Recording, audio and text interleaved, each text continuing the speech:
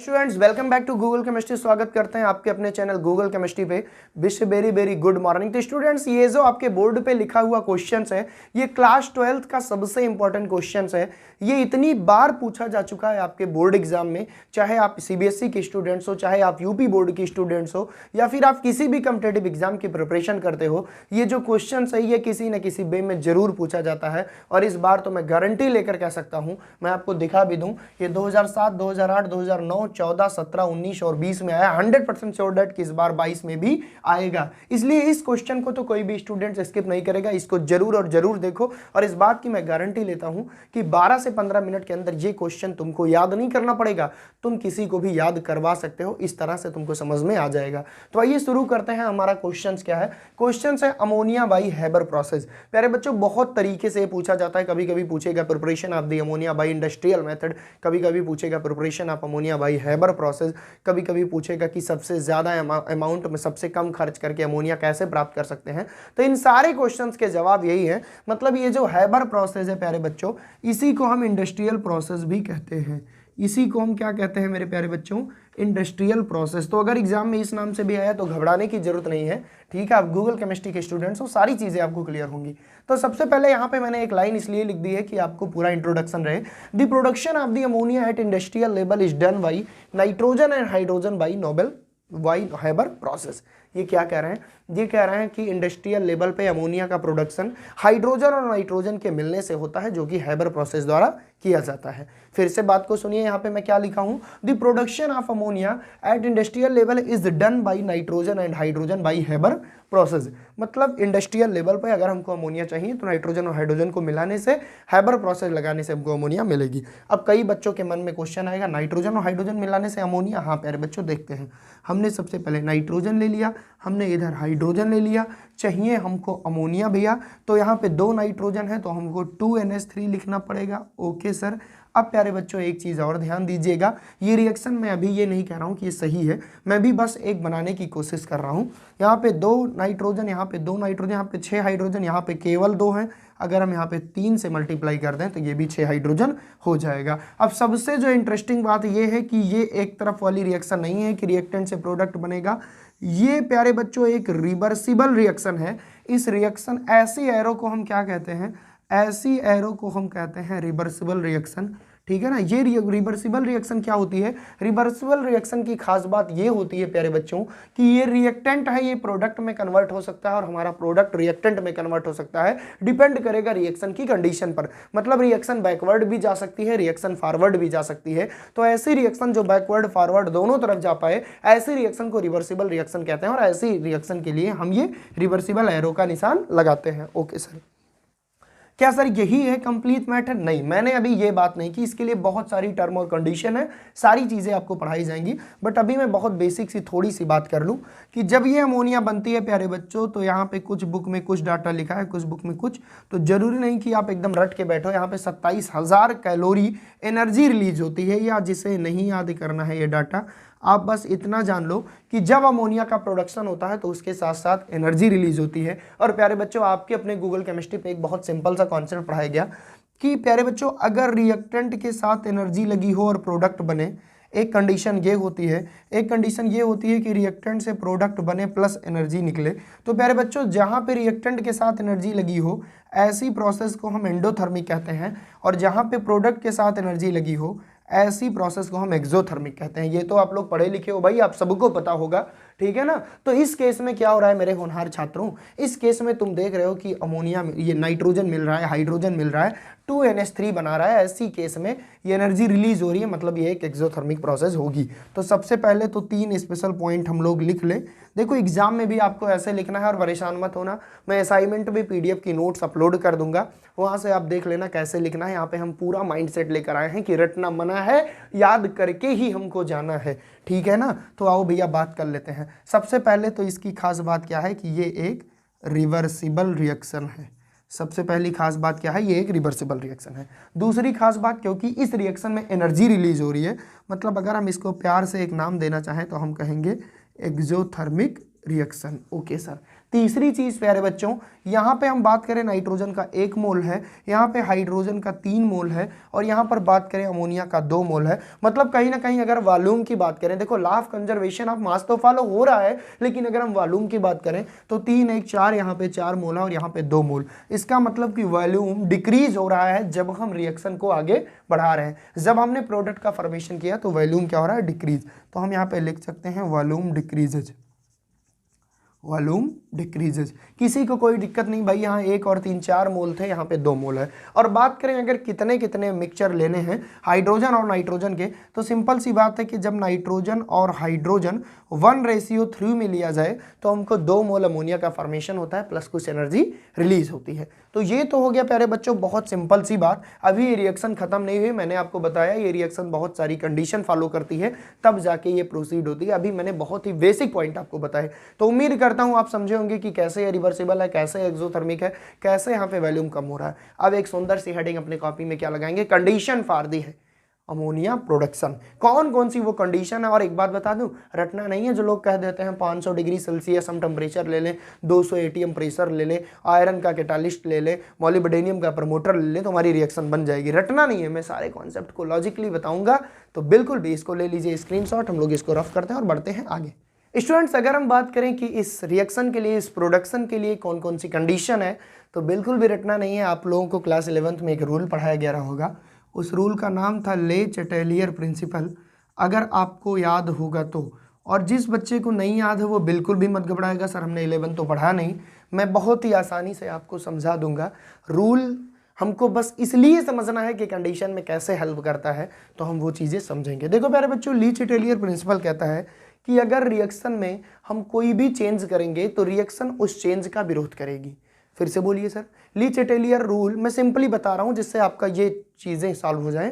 मैं ये नहीं कह रहा हूँ कि एकदम यही स्टेटमेंट लिखा है, ठीक है ना। जो ली चैटेलियर प्रिंसिपल ये कहता है कि रिएक्शन में अगर हम कोई भी चेंज करेंगे तो रिएक्शन अपने चेंज का विरोध करेगी। मतलब सर ये है कि अगर हम मान लो बात करते हैं टेम्परेचर की, ठीक है, किसी भी रिएक्शन में अगर हम टेम्परेचर इंक्रीज करते हैं, अगर हम टेम्परेचर डिक्रीज करते हैं, तो अगर हम टेम्परेचर इंक्रीज करेंगे तो रिएक्शन उस तरफ भागेगी जिधर टेम्परेचर कम होगा। मेरी बात को समझना, मैं क्या बोल रहा हूँ कि अगर हम किसी रिएक्शन में टेम्परेचर इंक्रीज करेंगे तो रिएक्शन उस तरफ भागेगी जिधर हमारा टेम्परेचर डिक्रीज होगा। ओके सर, और अगर हम टेम्परेचर डिक्रीज करेंगे तो रिएक्शन उस तरफ जाएगी जिधर टेम्परेचर ज़्यादा होगा। सेम कंडीशन हम प्रेशर के लिए बात कर लें, सेम कंडीशन प्रेशर के लिए मैंने क्या कहा, ली चैटेलियर प्रिंसिपल कहता है कि अगर हम रिएक्शन में कोई चेंज लाते हैं टेम्परेचर प्रेशर में तो अपने इस चेंज का वो विरोध करती है रिएक्शन। मतलब अगर तुम बढ़ाओगे तो वो उस तरफ जाएगी जिधर कम है, अगर तुम घटाओगे तो रिएक्शन उस तरफ जाएगी जिधर ज़्यादा है। ओके सर, क्योंकि ये बोथ साइड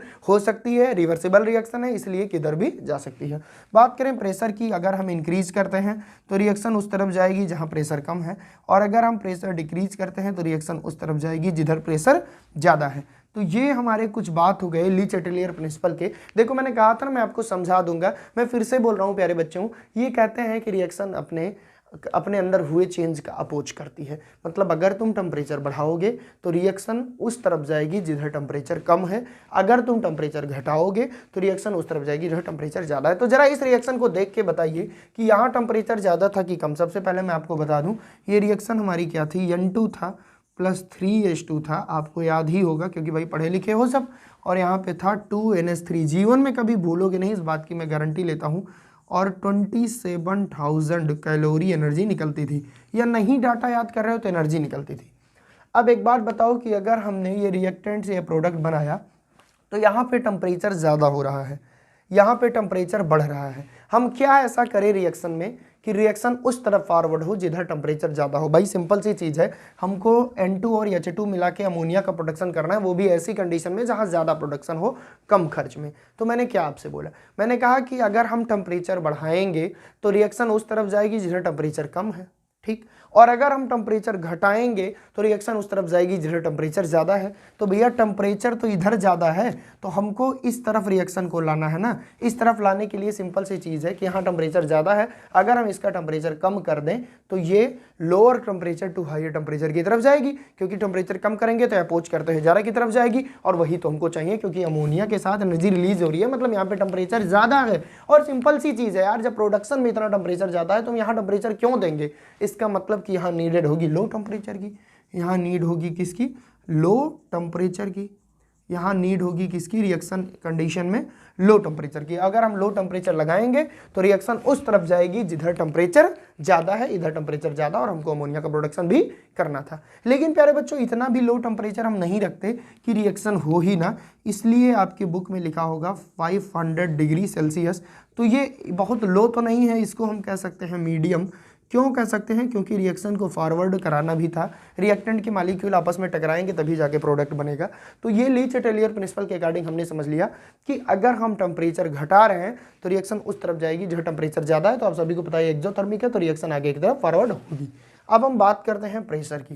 भाई प्रेशर की बात कर लो, प्रेशर सर जी कैसे पता चलेगा, यहाँ पे 1 मोल, यहाँ पे 3 मोल, यहाँ पे 2 मोल, मतलब 4 मोल यहाँ है और 2 मोल यहाँ है। अगर मैं आपसे बहुत लॉजिकली पूछूं कि 4 लोग किसी दीवार पे धक्का लगा रहे हैं और 2 लोग किसी दीवार पे धक्का लगा रहे हैं, तो 4 लोग वाले ज़्यादा प्रेशर क्रिएट कर पाएंगे ना। बहुत सिंपल सी बात है, 4 लोग ज़्यादा प्रेशर क्रिएट कर पाएंगे ना इन कंपेरिजन टू 2 लोग। तो सिंपल सी चीज़ है कि रिएक्टेंट का प्रेशर ज़्यादा है और प्रोडक्ट का प्रेशर कम है। और हमने क्या पढ़ा, यहाँ पे हमको ज़्यादा से कम की तरफ जाना है। हमने क्या पढ़ा कि अगर हम प्रेशर बढ़ाएंगे अकॉर्डिंग टू ली चैटेलियर प्रिंसिपल तो रिएक्शन उधर जाएगी जिधर प्रेशर कम है। मतलब अगर हम रिएक्टेंट का प्रेशर बढ़ा दें, भले ऑलरेडी ज़्यादा है और बढ़ा दें, तो रिएक्शन उस तरफ जाएगी जिधर प्रेशर कम है, मतलब अमोनिया बनाने की तरफ जाएगी। और हमारा मेन टारगेट क्या है प्यारे बच्चों, अमोनिया का फॉर्मेशन। मैं फिर से क्या बोल रहा हूँ, ध्यान से समझना, अगर हम प्रेशर को बढ़ाएंगे तो रिएक्शन उस तरफ जाएगी जिधर प्रेशर कम है। किधर प्रेशर कम है, प्रोडक्ट की तरफ। मतलब अगर हम रिएक्टेंट का प्रेशर बढ़ा दें तो प्रोडक्ट की तरफ रिएक्शन फॉरवर्ड होगी। तो हम ऐसे में क्या कहते हैं, हाई प्रेशर। कई सारी बुक में तो इतना ही बस लिख दिया है कि low temperature and high pressure पे अमोनिया का फॉर्मेशन होता है। लेकिन मैंने पहले ही कहा था मैं रटाऊंगा नहीं, मैं सिखाऊंगा। मैं यहाँ सिखाने आया हूँ। तो 200 ATM प्रेशर कई सारे बुक में मेंशन है। तो इस प्रेशर पर, इस टेम्परेचर पर आपके अमोनिया का बेहतर प्रोडक्शन होगा। क्या सर इतनी ही कंडीशन थी? नहीं, इतनी नहीं थी भैया। यहाँ पे अमोनिया के रिएक्शन को और तेज करने के लिए, क्योंकि लो टेम्परेचर हम ले रहे हैं, हम क्या यूज करते हैं, कैटालिस्ट। सर ये कैटालिस्ट क्या होता है, मैं बहुत थोड़ी सी आपको बता दूं कैटालिस्ट क्या होता है। देखो मेरे बच्चों, मान लो कि मैं यहाँ हूँ, मेरा स्कूल यहाँ है, और नॉर्मली मैं स्कूल ऐसे ऐसे ऐसे ऐसे जाता, ठीक है ना। मैं यहाँ हूँ, मेरा स्कूल यहाँ है, यहाँ से यहाँ, ठीक है ना। हम ऐसे ऐसे ऐसे ऐसे जाते। अभी मैं एकदम व्यवहारिक बात बता रहा हूँ। और अगर कोई आए और कहे चलो तुमको गाड़ी से छोड़ दूँ, भाई अगर कोई आए और कहे चलो तुमको बाइक से छोड़ दूं, तो जिस स्कूल जाने में मुझे 30 मिनट लगते, मेरी बात को समझना प्यारे बच्चों, जिस स्कूल जाने में मेरे को 30 मिनट लगते, अब उसी स्कूल जाने में हमको केवल और केवल 10 मिनट लगेंगे। तो भाई कहीं ना कहीं हमारी रेट ऑफ रिएक्शन इंक्रीज हुई कि नहीं हुई, कहीं ना कहीं हमारे अवक्रिया की दर बढ़ी कि नहीं बढ़ी। तो कैटालिस्ट वो हैं जो आते हैं, रेट ऑफ रिएक्शन को इंक्रीज करते हैं या तो डिक्रीज करते हैं, लेकिन मैक्सिमम केसेस में प्यारे बच्चों वो इंक्रीज ही करते हैं रेट ऑफ रिएक्शन को, ठीक है ना। Okay sir. अच्छा, दूसरी चीज, ये रिएक्शन में पार्टिसिपेट नहीं करते। भाई ये बाइक वाला आया, तुमको बैठाया, तुम्हारे स्कूल छोड़ दिया, लेकिन ये तो है नहीं कि बस बाइक तुम्हारी हो गई, बाइक तुम्हारी तो हुई नहीं। मतलब वो आते हैं, अपना काम करते हैं और चले जाते हैं। तो कैटालिस्ट वो है जो किसी भी केमिकल रिएक्शन की रेट को या तो इंक्रीज करेगा या तो डिक्रीज, बट 99% इंक्रीज करता है। तो हम सिंपली बोल सकते हैं कैटालिस्ट वो है जो रेट ऑफ रिएक्शन को इंक्रीज करता है, जो रिएक्शन के प्रोडक्ट फॉर्मेशन में पार्टिसिपेट नहीं करता। भाई तुम स्कूल पहुंचे, तुम्हारे साथ ये स्कूल थोड़ी गया, ये तुमको छोड़ के चला गया जो बाइक राइडर आया था, और कहीं ना कहीं तुम्हारी रेट ऑफ रिएक्शन भी इंक्रीज हो गई। ये था व्यवहारिक ज्ञान। अब हम बात करें अगर सर केमिस्ट्री में बताइए, तो एक होता है प्यारे बच्चों हमारा एक्टिवेशन एनर्जी, एक होता है हमारा एक्टिवेशन एनर्जी। मतलब एक्टिवेशन एनर्जी जितनी ज़्यादा है उतना ज़्यादा रिएक्टेंट से प्रोडक्ट बनने में एनर्जी लगेगी। मतलब रिएक्टेंट पहले एक्टिवेशन एनर्जी के पीक तक पहुंचेगा तब प्रोडक्ट का फॉर्मेशन करेगा।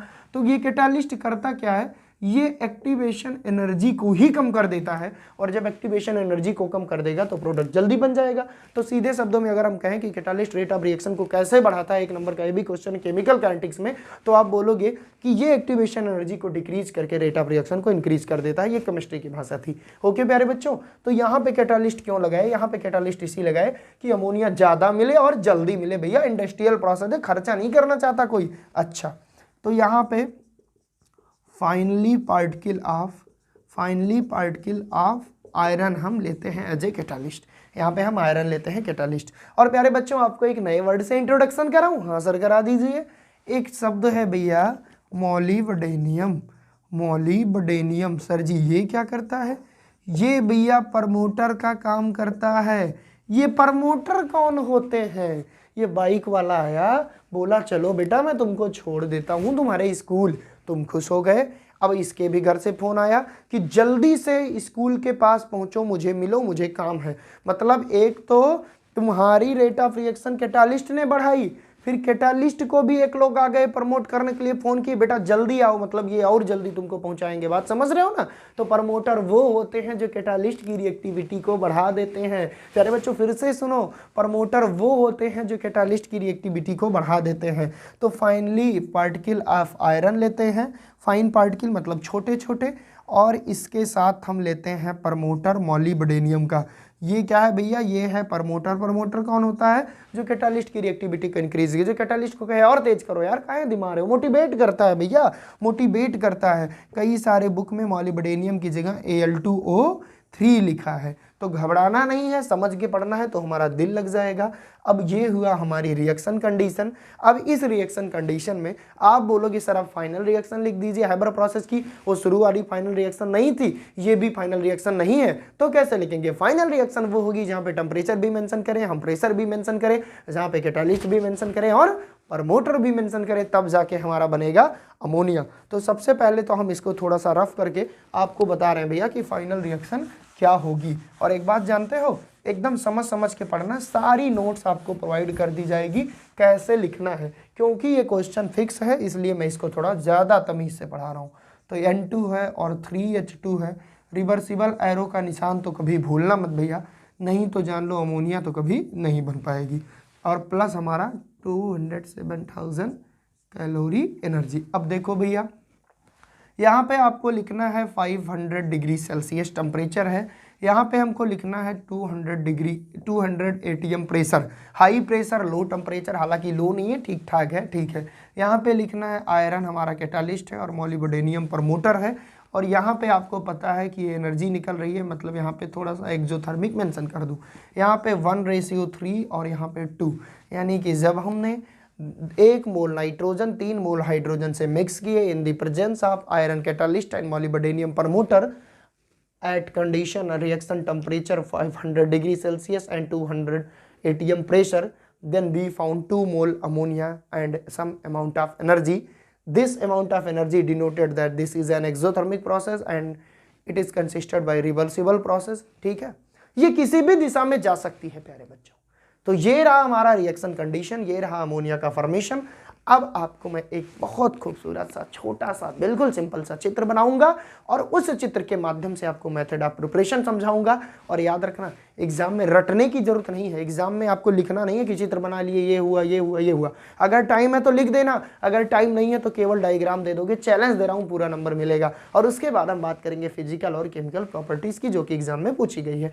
तो आगे देखते हैं हम लोग, ठीक है, स्क्रीनशॉट ले लीजिए। स्टूडेंट्स यहाँ पे मैंने डायग्राम बनाया है कि अमोनिया हमारा हैबर प्रोसेस से कैसे बनेगा। अब सबसे पहले मैं आपका एक भ्रम दूर कर लूँ। कुछ बच्चे विद्या लेकर बैठते हैं, कुछ बच्चे बुक लेकर बैठते हैं, कुछ बच्चे एनसीईआरटी ओपन करेंगे, कुछ रेफरेंस बुक ओपन करेंगे, बोलेंगे सर हमारे में कंप्रेसर गोल था, आप यहाँ पे चौड़ा बनाए हैं। ठीक है, फिर आप कह सकते हो कि सर हमारे में कैटालिटिक चैम्बर दूसरे तरीके से था, आप कह सकते हो हमारे में पंप गोल था, हमारे में ये डायग्राम दूसरा था। तो मैटर ये नहीं करता प्यारे बच्चों, मैं आज ही ये कन्फ्यूजन दूर कर लूँ तो तुम एग्जाम में ये रट के जाओ कि कंप्रेसर ऐसा था, ये ऐसा था, ये ऐसा था। एग्जामिनर ये जानना चाहता है कि तुमने क्या क्या मिलाया, फिर किस में डाला, फिर किस में डाला, फिर क्या किया, तब जाके प्रोडक्ट मिला। मतलब तुम वहाँ पे तुम उसका नाम सही लिख देना, तुम वहाँ पे बॉक्स बस बना देना, चाहे गोल बनाओ, चाहे लंबा बनाओ, चाहे चौड़ा बनाओ, कैसे भी बनाओ, मैटर ये नहीं करता। मैटर है प्रोसेस की पहले ये मिलाया, यहाँ गया, उस बॉक्स का नाम सही होना चाहिए कि कंप्रेसर में गया, कैटालिटिक चैम्बर में गया और यहाँ पे लिक्विफाइड अमोनिया मिली। ये चीज़ जानना जरूरी है। पंप अगर लिख दिए तुम कैसे भी बनाए हो तो पंप माना जाएगा, नहीं तो तुम FIR कर दो, सर आपने ऐसा बनाया, हमारी बुक में दूसरा दिया है। तो मैटर वो नहीं है, मेथड ऑफ प्रिपरेशन में जरूरी थोड़ी ना कि तुम फ्लास्क बना रहे हो तो ऐसे ही बनाओ, तुमको दिखाना है, इंडिकेशन करना है, यहाँ पे कोई इंडस्ट्रियल प्रोसेस तुम नहीं कर रहे हो। ठीक है। ये अप्रॉक्सीमेट होता है कि हम अगर इंडस्ट्रियल प्रोसेस करेंगे तो पहले क्या करेंगे, यहाँ कंप्रेसर में जाएंगे, फिर कैटालिटिक चैम्बर में, फिर यहाँ पे ये। अब हम समझते हैं, ठीक है। ये वाला मतलब कंफ्यूजन दूर हो गया कि चित्र ये मत मिलाना कि अरे यार सर ने दूसरा बनाया हम दूसरा। एग्जाम में कौन सा बनाए, जो तुमको आसान लगे, रट के जाना नहीं है, तुमको बस समझना है कि कहाँ से कहाँ गैसेस पास करा रहे हैं। तो आइए समझते हैं। सबसे पहले यहाँ पे हमने N2 और H2 लिया, आप सभी को पता है। नाइट्रोजन और हाइड्रोजन लिया, कितने मोल लिया, वो तो 1 मोल और 3 मोल लिया। ओके, इस गैसेस को हमने कंप्रेसर से गुजारा। कंप्रेसर में क्या होता है भैया, कंप्रेसर से प्रेशर दिया आता है, 200 एटीएम प्रेशर यहाँ पे इसको मिला। उसके बाद फिर ये देखिए यहाँ पे 500 डिग्री सेल्सियस हमने टेम्परेचर दिया, कैटालिटिक चैम्बर में इन गैसों को भेजा। कैटालिटिक चैम्बर में इन गैसों को भेजा, कैटालिटिक चैम्बर मतलब जहाँ पे कैटालिस्ट हो, तो आपको पता है कि इस रिएक्शन में आयरन कैटालिस्ट यूज होता है, मॉलिब्डेनम प्रमोटर यूज होता है। तो यहाँ पे मैंने आयरन और मॉलिब्डेनम मेंशन कर दिया, यहाँ 500 डिग्री सेल्सियस टेम्परेचर। उसके बाद इस कैटालिटिक चैम्बर से होने के बाद ये हमारा यहाँ पे आया, ये गैसेस, यहाँ पे हम लिक्विफिकेशन कराते हैं। बहुत इंटरेस्टिंग क्वेश्चन है कि अमोनिया को स्टोर कैसे करते हैं, क्योंकि जब अमोनिया बनती है तो अमोनिया के साथ NH3, हाइड्रोजन और नाइट्रोजन, 3 गैसेस हमारी बनती है। क्या क्या बनती है, NH3, नाइट्रोजन और हाइड्रोजन, यानी कि NH3, N2 और H2, 3 गैसेस का मिक्सचर होता है। अमोनिया अकेले नहीं बनती। ऐसे में अकेले अमोनिया को रिस्टोर्ड करने के लिए क्या करेंगे, बहुत इंपॉर्टेंट क्वेश्चन है। तो प्यारे बच्चों, आपको क्या बताना है कि इसका हम लिक्विफिकेशन कराते हैं, कंडेंसेशन कराते हैं। अमोनिया का हम कंडेंसेशन कराते हैं तो अमोनिया बहुत जल्दी लिक्विफाई हो जाती है, अमोनिया बहुत इजीली लिक्विफाइड हो जाती है। तो तुरंत अमोनिया लिक्विफाइड हो गई और हाइड्रोजन और नाइट्रोजन गैस फर्दर यहाँ से निकल गए। मेरी बात को समझो, मैं बहुत डिटेल में पढ़ाऊंगा, अभी टेंशन मत लेना। फिर से हम लोग एक बार समझते हैं। सबसे पहले हमने क्या किया, हाइड्रोजन और नाइट्रोजन लिया, इसको कंप्रेसर में भेजा, 200 एटीएम प्रेशर दिया। कंप्रेसर के बाद इसको कैटालिटिक चैम्बर में भेजा, जहाँ पे कैटालिस्ट है, जहाँ पे टेम्परेचर हमारा 500 डिग्री है, ठीक है। ये रेट ऑफ रिएक्शन इंक्रीज हुई। यहाँ पे हमारे साथ जो प्रोडक्ट बनता है वो मिक्सचर ऑफ दी गैसेस बनता है। मिक्सचर में क्या क्या बनता है हमारे पास, यहाँ मिलता है अमोनिया और नाइट्रोजन और हाइड्रोजन। अब मुद्दा ये है कि भैया हमको चाहिए खाली अमोनिया, हम नाइट्रोजन और हाइड्रोजन क्या करेंगे, तो यहाँ पे एक प्रोसेस कराते हैं कंडेंसेशन। और जब कंडेंसेशन कराते हैं तो जो अमोनिया होता है बहुत ईजिली हमारे लिक्विड में चेंज हो जाता है। ये देखो अमोनिया लिक्विड में चेंज हो गया, ये लिक्विफाइड अमोनिया है। और जो हाइड्रोजन और नाइट्रोजन गैस होते हैं ये इससे ऊपर चले जाते हैं, ऊपर आते हैं, पंप में जाते हैं और पंप इसको फर्दर भेज देता है कहाँ, कंप्रेसर के पास। क्यों, क्योंकि ये फिर से रिएक्शन करके फिर से अमोनिया बना लेगा। मतलब समझो जितने भी हमारे नाइट्रोजन और हाइड्रोजन यहाँ निकलते हैं उसको फर्दर रिएक्टेंट के फॉर्म में भेज देता है और फिर से अमोनिया लगातार प्रोडक्शन बनती रहती है, अमोनिया का प्रोडक्शन होता रहता है। तो आपको ये समझना है कि अमोनिया का स्टोर कैसे करते हैं, या तो कंडेंसेशन कराएंगे या तो वाटर के साथ रिएक्शन करा देंगे। तो अमोनिया हाइड्रोजन बॉन्डिंग बनाती है प्यारे बच्चों, इसलिए वाटर के साथ रिएक्शन कर लेगी। लेकिन हाइड्रोजन और N2 गैसेस हमारी हाइड्रोजन बॉन्डिंग नहीं बना रही है वहां पे, इसलिए वो फिर से अनरिएक्टेड हाइड्रोजन और नाइट्रोजन निकल के पंप के थ्रू फिर से अपनी जगह पे आ जाएगी और फिर ये अमोनिया बनाने की कोशिश करेगी। तो ये होता है तरीका अमोनिया बनाने का, फॉर्मेशन का। 3 की पॉइंट है, सबसे पहले कंप्रेसर में, देन कैटालिटिक चैम्बर में। याद करने का तरीका बता रहा हूँ, डायग्रामेटिक। सबसे पहले चैम्बर में, सॉरी सबसे पहले कंप्रेसर में, देन कैटालिटिक चैम्बर में, देन लिक्विफिकेशन कराते हैं, कंडेंसेशन कराते हैं, अमोनिया लिक्विड के फॉर्म में हमारी मिल जाती है। और हाइड्रोजन और नाइट्रोजन गैस जो वेस्ट सब्सटेंस कह सकते हैं वो फिर से पंप के थ्रू अनरिएक्टेड गैसेस यहाँ आती है और फिर से रिएक्शन को फॉरवर्ड करती है। अब तुम्हारे मन में एक बहुत अच्छा सा क्वेश्चन आएगा, क्या सर हमको ये सारी चीज़ें लिखनी भी पड़ेंगी? अगर आपको मन कर रहा है तो लिख दो, लेकिन मुझे नहीं लगता आप एक पेज वहीं लिख लिए फिर ये बढ़िया सा डायग्राम बना दोगे। अब लिखने वाला सिस्टम गया कि सर 50 पन्ना लिखेंगे तभी नंबर मिलेगा। अब दिमाग से लिखना है, समझ के लिखना है, सारे पॉइंट को मेंशन करना है, पूरा नंबर तुमको मिलेगा। सारे पढ़े लिखे बच्चे अब जाते हैं आगे, ठीक है ना। तो आप ये डायग्राम बनाओगे, यहाँ लिखोगे हैबर प्रोसेस अमोनिया बनाने की, या आप लिखोगे अमोनिया फॉर्मेशन हैबर प्रोसेस। उसके बाद ये डायग्राम दोगे, सारी कंडीशन आप ऊपर ही दे चुके हो। तो अगर एग्जामिनर समझदार हो तो किसको नहीं समझ में आ रहा है कि ये पहले कंप्रेसर में गया, फिर कैटालिटिक चैम्बर में गया, फिर हमने कंडेंसेशन कराया, फिर अमोनिया को रिस्टोर कर लिया, फिर अनरिएक्टेड गैसेस को फर्दर वापस भेज दिया। अब इसी चीज़ को तुम शब्द में लिखोगे, कैसे लिखना है नोट्स में मैंने दे दिया है, लेकिन नहीं भी लिखोगे तो कोई फर्क नहीं पड़ने वाला। कॉपी नहीं भरनी है भैया, कॉपी नहीं भरनी है। ओके, तो ये हो गया हमारा डायग्राम। अब हम बात करते हैं अमोनिया की फिजिकल प्रॉपर्टी की, थोड़ी सी 2-3 रिएक्शन जो एग्जाम में आई है, केमिकल प्रॉपर्टी की बात करते हैं, यूजेस की बात करते हैं, और उसके बाद आज हमारा ये एक सबसे इंपॉर्टेंट क्वेश्चन पी ब्लॉक का अमोनिया बनाने की हैबर मेथड आपका खत्म हो जाएगा। और याद रखना, इस क्वेश्चन को जरूर और जरूर याद कर लेना, जरूर समझ लेना। अगर तुमको लगे मैंने थोड़ी सी भी मेहनत आपके लिए की है, क्योंकि आपके आंखों के सामने को धूमिल नहीं होने दूंगा। चलो हम लोग बात करते हैं फिजिकल प्रॉपर्टी की। स्टूडेंट्स अगर हम बात करें इसकी फिजिकल प्रॉपर्टी की तो ये उतना इंपॉर्टेंट तो नहीं है, लेकिन अगर आप पढ़ रहे हो तो आपको जानना जरूरी है। सबसे पहले हम बात करें, यहाँ पे लिखा है कलरलेस होती है। दूसरी चीज़ इसकी जो स्मेल होती है वो पंजेंट होती है, कैरेक्टरिस्टिक स्मेल होती है, मतलब आइडेंटिफाई कर सकते हो स्मेल से भी कि ये अमोनिया है। ठीक है, वहीं पर हम बात करें नेक्स्ट प्रॉपर्टी की, लाइटर देन एयर। ये जो अमोनिया होती है ये वायु से हल्की होती है, एयर से हल्की होती है। तीसरा पॉइंट ये कहते हैं इट इज़ इजीली लिक्विफाइड। हमने अभी लास्ट में देखा जब हम स्टोर की बात कर रहे थे अमोनिया के, कि अमोनिया बहुत इजीली लिक्विफाइड हो जाती है। क्यों भाई? क्योंकि इसमें हाइड्रोजन बॉन्डिंग पाई जाती है। आप सभी को पता है कि हाइड्रोजन और नाइट्रोजन के बीच में हाइड्रोजन बॉन्डिंग मिल जाती है, तो अमोनिया और H2O के बीच में हमारा क्या हाइड्रोजन बॉन्डिंग होता है, इस वजह से ये इजीली लिक्विफाइड होती है। वहीं पर नेक्स्ट पॉइंट है सोल्यूबल इन वाटर। भाई ये वाटर में क्यों सोल्यूबल है? क्योंकि अमोनिया हाइड्रोजन बॉन्डिंग बनाता है, इसलिए वाटर में सोल्यूबल। अब कई बच्चे कहेंगे सर बार बार हाइड्रोजन बॉन्डिंग रट रहे हैं लेकिन समझा तो पा नहीं रहे हैं। तो भैया देख लो, मैं समझा दे रहा हूँ, डांटो मत यार, डांटो मत, मैं समझा दे रहा हूँ। ये हमारा अमोनिया हो गया, ठीक है, ये हमारा वाटर हो गया, यहाँ पे हमारा हाइड्रोजन बॉन्डिंग हो गया। तो आप देखो हाइड्रोजन बॉन्डिंग, हाइड्रोजन और मोस्ट इलेक्ट्रोनेगेटिव एलिमेंट्स के बीच में बना, तो because ammonia form hydrogen bond with water so it is very easily liquefied and it is soluble in water. Okay sir, अब हम बात करते हैं भैया यूजेज की। बात करें जब यूजेज की, तो यहाँ पे लिखा है एज ए कूलिंग एजेंट। जो हमारा अमोनिया है ये as a cooling agent use होता है, गर्मी में यूज कर सकते हो। आप लोग मत करना, नहीं तो एज ए कूलिंग एजेंट हम भी अमोनिया लगा लें। Okay sir. बात करें यार और सारे यूजेस की, तो आपको पता है ओस्टवाल मेथड से जब हम नाइट्रिक एसिड बनाते हैं, इसी चैप्टर में आगे पढ़ेंगे, हम बनाएंगे, वो भी इंपॉर्टेंट क्वेश्चन है, तो वहाँ भी हमारा प्यारा सा अमोनिया यूज होता है। बात करें सॉल्वे प्रोसेस में, आप सभी को पता है Na2CO3 के फॉर्मेशन में, तो वहाँ भी हमारा अमोनिया यूज होता है। और बात करें क्लीनिंग एजेंट के रूप में भी अमोनिया यूज करता है। और एक रामबाण तरीका बताऊँ, जब कुछ नहीं याद हो यूजेस तो लिख देना as a reagent in laboratory. Lab में एज ए रिएजेंट यूज होता है हमारा अमोनिया, ठीक है, बाकी तो बहुत जगह यूज होता है। तो ये हुआ हमारा यूजेज, ये हुआ हमारी फिजिकल प्रॉपर्टी। एक छोटा सा टॉपिक और बचा है केमिकल प्रॉपर्टी, उसको कवर करा दूं, देन आप बन जाओगे क्या, महारथी हैबर प्रोसेस के। बोलोगे यार अब मुझे डर नहीं, कुछ भी पूछ ले इस मेथड में मैं कर दूंगा। ओके चलो देख लेते हैं। स्टूडेंट्स बात करें अगर केमिकल प्रॉपर्टी की, तो कुछ केमिकल रिएक्शन है जो बहुत ही इंपॉर्टेंट है, बाकी ज़्यादा इससे केमिकल रिएक्शन नहीं पूछता। मेन होता है Haber method, preparation of the ammonia, ठीक है ना। तो यहाँ पे हमने सबसे पहले देखा डिसोसिएशन। तो प्यारे बच्चों आप सभी को पता है कि जब अमोनिया का डिसोसिएशन कराएंगे तो N2 और H2 बनेगा, हाइड्रोजन नाइट्रोजन, क्योंकि इनके मिलने से ही अमोनिया बनती थी। Okay sir. बात करें रिएक्शन विद क्लोरीन की, ये थोड़ा कॉम्प्लेक्स रिएक्शन है, इसमें और कोई तरीका नहीं, आपको याद करने का ही तरीका है। यहाँ पे हमने 8 मोल लिया अमोनिया का प्लस 3Cl2 लिया, क्योंकि ये अमोनिया एक्सेस में लिया, क्लोरीन कम लिया, तो ऐसी कंडीशन में 6NH4Cl, this is ammonium chloride, और हमारा बना 3HCl। अमोनियम क्लोराइड और हाइड्रोक्लोरिक एसिड का फॉर्मेशन हुआ, क्या हुआ, जब हमने 8NH3 और 3Cl2 मिलाया। पहले बच्चों अगर हम यहीं पर एक्सेस अमाउंट में क्लोरीन ले लें, NH3 सिंगल मॉलिक्यूल लें, 3Cl2 लें, ऐसी कंडीशन में NCl3 बनेगा प्लस 3HCl। और NCl3 आपको पता है कि ये एक एक्सप्लोजिव सब्सटेंस है, ठीक है ना। फिर से मैं बात कर रहा हूँ, यहाँ पे हमने अमोनिया को जब हमने क्लोरीन को एक्सेस में लिया तो NH3 plus 3Cl2 arrow NCl3 plus 3HCl, इसको याद ही करना पड़ेगा, अदरवाइज और कोई उपाय नहीं है, ठीक है। बात करें अगर हम रिड्यूसिंग नेचर की अमोनिया के, ठीक है, तो जब अमोनिया की रिएक्शन हम कराते हैं कॉपर ऑक्साइड से 3CuO, ध्यान से समझना, 3CuO प्लस 2NH3, तो हमारी हीट देते हैं यहाँ पे, तो हमारी बनता क्या है, कॉपर रिड्यूस हो जाता है। क्यों भाई, जब ऑक्सीजन निकलेगा तो रिडक्शन होगा कि नहीं होगा, हाँ सर होगा। तो यहाँ पे देखो कॉपर रिड्यूस हो गया, यहाँ पे N2 गैस मिली प्लस 3HCl, मतलब क्या हुआ यार, ये HCl कहाँ से आ गया,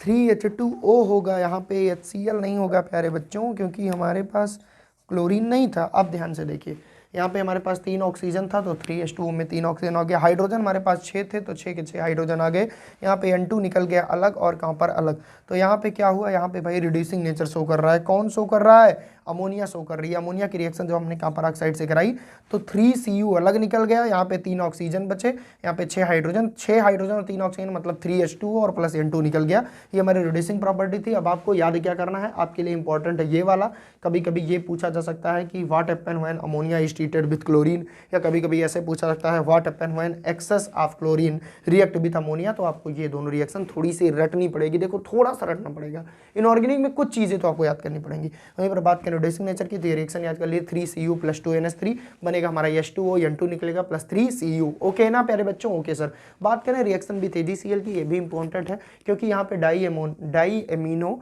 क्लोराइड साल्ट बनता है, ठीक है ना। तो ऐसी कंडीशन में प्यारे बच्चों होगा क्या, जब हम सिल्वर क्लोराइड की रिएक्शन अमोनिया से कराएंगे, हीट देंगे, तो हमारे पास बनेगा AgNH3 का होल ट्वाइस, एक प्लस ऊपर बगल में Cl, ठीक है, बहुत ध्यान से समझना। AgNH3 का होल ट्वाइस, होल ऊपर प्लस और यहाँ पे Cl माइनस, ये प्लस माइनस को बैलेंस करेगा। अगर हम बात करें इसके नाम की तो इसको हम क्या कहते हैं प्यारे बच्चों, 2 एमीन है ना, तो डाई अमीनो क्लोराइड साल्ट, हम इसको क्या कहते हैं, डाई अमीनो क्लोराइड साल्ट। तो अगर कोई पूछे भाई कि रिएक्शन विथ AgCl में क्या होता है, तो डाई अमीनो क्लोराइड साल्ट बनता है। कैसे बना भाई, AgCl plus 2NH3 arrow gives out, हमने हीट दिया, बना हमारा क्या है, AgNH3 का होल ट्वाइस और क्लोरीन आयन माइनस में, ये प्लस में।